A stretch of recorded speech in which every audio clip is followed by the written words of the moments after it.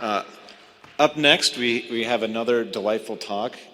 Everyone's very, very excited about. Been hearing a lot of buzz. So, there's this notion of intermittent computing where, the lights might go off unpredictably.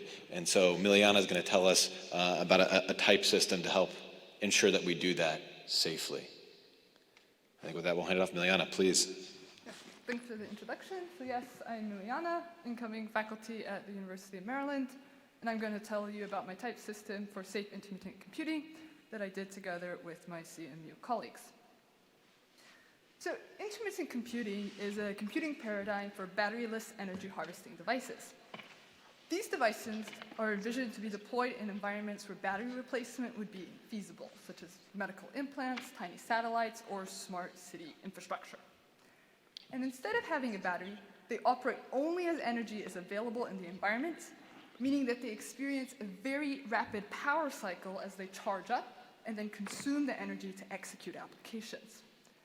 And crucially, each of these very frequent power failures is going to clear any volatile state on the device, including the program counter, making it very difficult to reason about whether an application is actually going to execute correctly, which is important as these devices are remote and they're going to be very hard to fix if something goes wrong.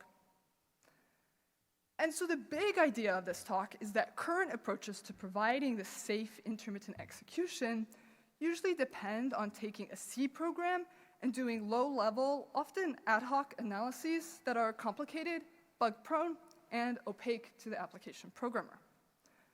And our main idea is that moving some of this correctness checking to the language level, specifically into our Rust-based type system, is going to give the application programmer more control over how their applications execute on these unusual new devices, and it will actually lead to simpler sound intermittent systems. So that's the extremely high-level view, and for the rest of this talk, I'm going to get into more details. First, we'll see what is even intermittent system correctness. Then we'll look at the problems of existing approaches and why we think a type-level approach is going to benefit. And then I'll get into the design of our type system and conclude. So let's start with looking at intermittent systems. So the goal of the intermittent system is to support forward progress through these power failures that clear the program counter. So the intermittent system is going to save volatile state at checkpoints so that when the device reboots after a power failure, it can restore the saved state and execute further, but potentially causing some re-execution from the last checkpoint, such as that increment to sum and gathering the input operation. And so any re-execution like this induced by power failures should be idempotent, meaning that a partial execution followed by re-execution should have the same result as just a single complete execution, one that didn't have power failures. And now simply saving the volatile state like the register file is not actually going to be enough to guarantee this idempotence, as certain access patterns on the non-volatile persistent state will cause differing behavior. There's two key patterns. First is a write after read, such as on this increment to sum. What can happen is that this partial execution could take the sum from 0 to 1, and then when the device reboots, this re-execution is actually going to read the already updated value, and it's going to increment again, incorrectly, to 2. The second pattern is a branch on a repeated input operation, or a REO. So what can happen is that, say, a program gathers a temperature. If the temperature is above 80, it sets a high flag. When it restarts after power failure, this input could return a different value, causing the re-execution to take a different path, to take the else path, setting a low flag, even though the high flag was still set, which is non-idempotent. The key takeaway is that intermittent systems need to save at least the non-volatile state involved in these write after read and REO patterns. So that's the crash course on intermittent system correctness, and now we'll see some problems of existing approaches to providing this correctness. The first problem is that intermittent system designers often use fairly ad hoc approaches to identifying the state to save. The first approach is to just not bother with all these details and save all the written variables between two checkpoints. And this is nice because it leads to very simple intermittent system designs, but it leads to unnecessary overhead as well because it saves state that is actually unnecessary for correctness. And the other approach is to only save those variables involved in the write after read in Rio patterns. So this leads to less overhead, but it does require the intermittent system designer to identify that state, which requires them to write low-level data flow passes, taint tracking passes, and also to do alias analysis from C programs, which can use pointers arbitrarily and unsafely. So often these analyses or the designers will make some unchecked assumptions about pointer behavior, such as no pointer arithmetic, making the analyses unsound. And also they're just plain complicated to write. So doing this identification at this low level is causing this trade-off between performance on one hand and soundness and simplicity on the other. So that's one existing problem. And the second problem is that there's really no way for a programmer to specify more nuanced requirements, such as in this program here, which increments a counter named RB, and if RB is greater than 1, it sets a low power flag, and then goes on to compute the sum and average the result of the program. And the point of this counter is, of course, to count the number of times this code has rebooted, which means that it really shouldn't be checkpointed. But there's no way for the programmer to express this, and the system will be destroying the purpose of the counter. So instead of trying to enforce this correctness at the low level, which causes this performance overhead trade-off and can subvert a programmer's desires, what if we instead reason about correct intermittent execution at the type level? Because types are a powerful tool for expressing properties and for providing an interface between the application and the lower level system. And that's the motivation behind Curricle, our type system approach to reasoning about intermittent execution. So Curricle is at heart an information flow type system based on Rust. It gives the programmer information flow qualifiers that they can use to specify that a variable, like the reboot counter, is non-idempotent, meaning results can change due to re-execution, whereas something like the sum counter should, of course, be idempotent. So these types give the programmer needed control. Secondly, because Rust is a typed memory-safe language, it actually allows the precise reference analysis that we need to syntactically track the read-write sets, which is what was difficult for past approaches targeting C to do. So that's the big idea behind Curricle, and now I'm going to get into more details of the design of our type system, starting with what does it mean for a program to be type-checked. So the goal of type checking is to ensure that the programmer's specification is going to be upheld during execution. So for example, by typing the reboot counter as non-idempotent, the programmer is saying that to be correct, only the reboot counter should be changing value due to re-execution. For this to be true, it means that non-idempotent variables should not be affecting idempotent ones, and it means that the idempotent ones had better not be involved in one of those non-idempotent patterns. So that's the job of the Curricle type checker, to confirm that a program is satisfying these two requirements. And if it passes, it's a good program, it's going to compile. And if it fails, well, it might be a bad program, so it gets rejected. But gracefully, with feedback to the programmer in the form of type errors. So now I'll go into a little bit more detail of how Curricle does these two checks. So the first check is actually very classic information flow type checking. Non-idempotent information should never flow to idempotent information, either through data or control dependencies, like on this branch outline 2, where the value of the low power flag is actually depending on the reboot counter. So Curricle would reject this program, and the way to fix it is for the programmer to specify that the low power flag is also non-idempotent. But the second check, that idempotent variables are not involved in a non-idempotent pattern, it's not so simple. Consider in our little example, this increment to sum is actually one of those non-idempotent patterns, so the program should be rejected, unless the variable is checkpointed, in which case it can be accepted. So what should Curricle do? Right now, it doesn't actually have enough information to make a good decision. There needs to be more information about access patterns and checkpointing.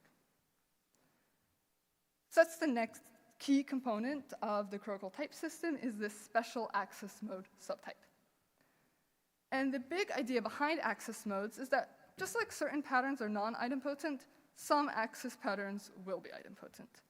For example, if a variable between two checkpoints is at most read, like the variable n up here, it's idempotent, because the value is never going to change.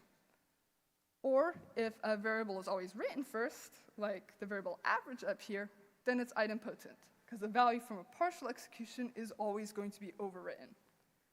And if a variable is checkpointed, like sum had better be, then it's idempotent because the old value is always reverted.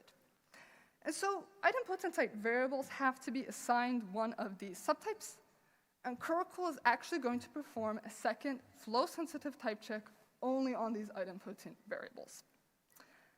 And I don't have time to get into the details, but the intuition is that access modes restrict the accesses allowed to a variable in a way that's suggested by the name. So if some were mistyped as read-only, it would get rejected, because a write to a read-only type is not allowed. Or if it were mistyped as write first, it would get rejected, because the first access to sum is actually a read. So the only way for this program to type check is for sum to have that checkpointed access mode. And that's really the key takeaway, that the access mode subtype is allowing a data flow-like analysis at the type level, so that any variable with a non-idempotent pattern, either it's specified by the programmer that the non-idempotence is allowed, or it has this checkpointed access mode. And so to recap this all, the programmer is providing the specification, dividing the variables between non-idempotent and idempotent.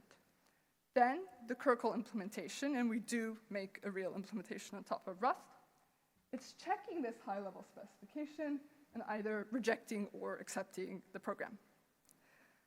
Now, because those access modes are actually pretty low level, we do formalize and implement an inference algorithm that finds an access mode assignment that will type check.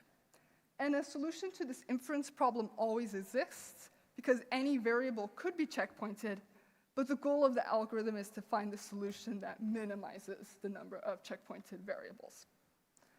And so then Curricle is going to warn the programmer about which variables are checkpointed so that they can refactor their program if they want. And it's going to tag the checkpointed variables so that the underlying system knows it actually has to be checkpointing them. So that's Curricle in a nutshell, and I'll conclude by going into our results, starting with our correctness theorem. To state our correctness theorem, we of course need to define our notion of equivalence. And our notion of equivalence is that only the values of idempotent type variables need to match.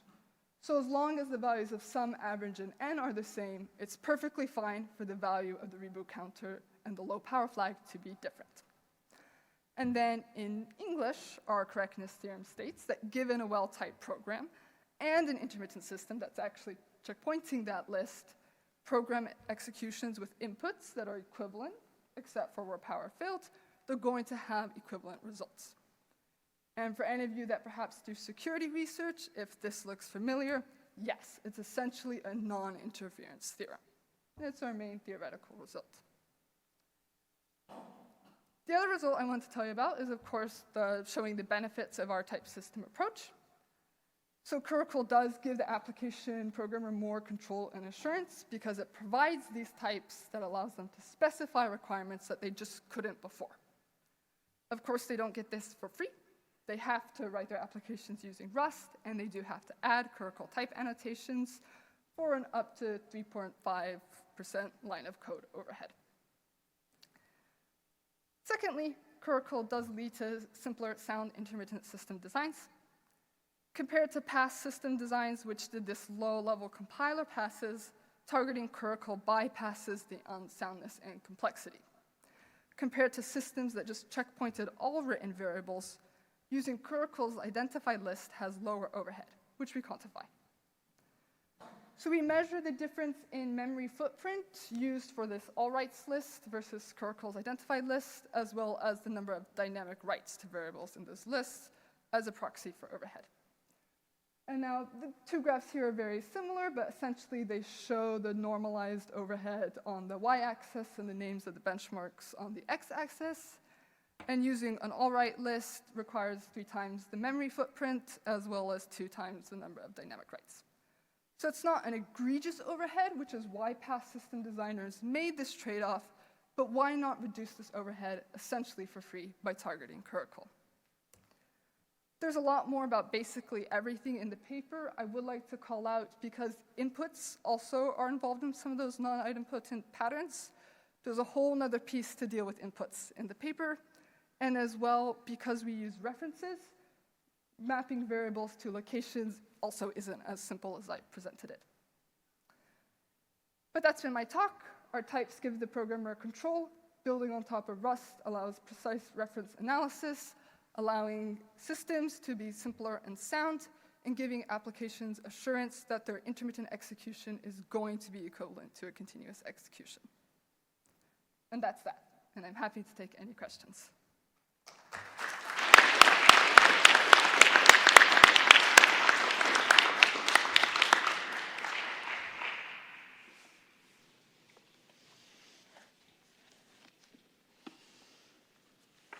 Tasserati from NYU. So I had a question about the equivalence theorem. So you said basically like, you know, if you're same on these kind of non-idempotent values, then, or the other way around, yeah, then the executions are the same. So when you're talking about the 2 executions, I'm assuming you're like modeling crashes as non-determinism. And so is that really saying that you can have a different number of crashes on both sides? Yes, you can have a different number of crashes on both sides. Cool, okay. And then second question is, can you say something about the proof technique? So is it some kind of syntactic type safety, progress and preservation thing, or yeah, what do you do to show this? Yeah. It's like a progress and preservation style proof, or? Yeah, we don't do preservation more, and that's the main thing. We do, because like I said, this algorithm is flow sensitive, so we do have to not just use the typing information, we do also have to track the write sets, like which variables have been written in an execution trace. But then, yes, preservation is the main thing that we rely on. Okay, and last question. So, I mean, since it's Rust, you have to ask, like, do you have a notion of unsafe blocks? And, like, have you thought about how I could say, you know, if I'm doing some kind of ad hoc logging on the side, then I could have an escape hatch? So the problem with the unsafe blocks is that what we really get from Rust is this ability to syntactically track the alias sets, and that's going to be completely, or could be completely blown up by an unsafe block. What we would want is for the programmer to essentially write a summary, almost like a function signature of like what is the read and write set of this unsafe block, and then we could just plug into that. Okay, cool, thanks. Yeah. I had another question as well. So in the event that the program doesn't type check, how often is it the case that there's a similar or maybe even equivalent program that would type check?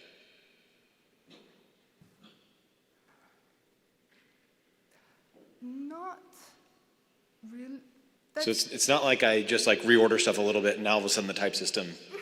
So I think what's important to note is that the access modes, because we infer them, it's never going to be a type error because it was the wrong access mode, because that's really what would be harder for a programmer to just get right. What's causing the type error is when there's this information flow from a non-idempotent variable to an idempotent one. So, I mean, that's like pretty direct information flow, so it wouldn't, if they have to change the program for it to type check, they're changing something about the information flow or about the specification. Got it. Yeah. Any more questions for Milijana? All right, let's thank Milijana again. Great talk.